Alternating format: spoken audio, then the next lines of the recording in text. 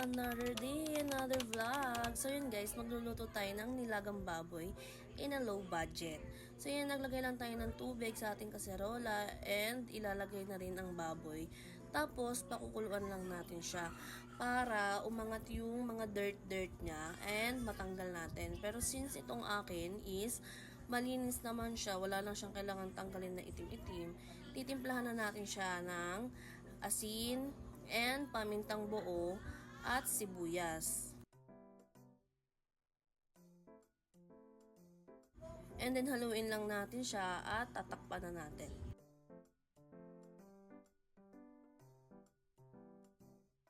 After lang ilang minuto ng pagpapalambot, titimplahan lang natin ng pork cubes at haluin lang uli natin.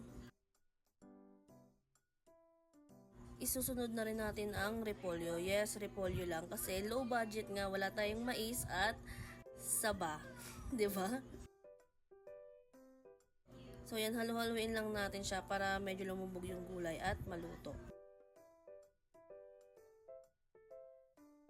Kapag medyo naluto na yung gulay, wag naman i-overcook. Tikman lang ninyo at kung medyo matabang sa inyong panlasa, timplahan nyo na lang ng patis.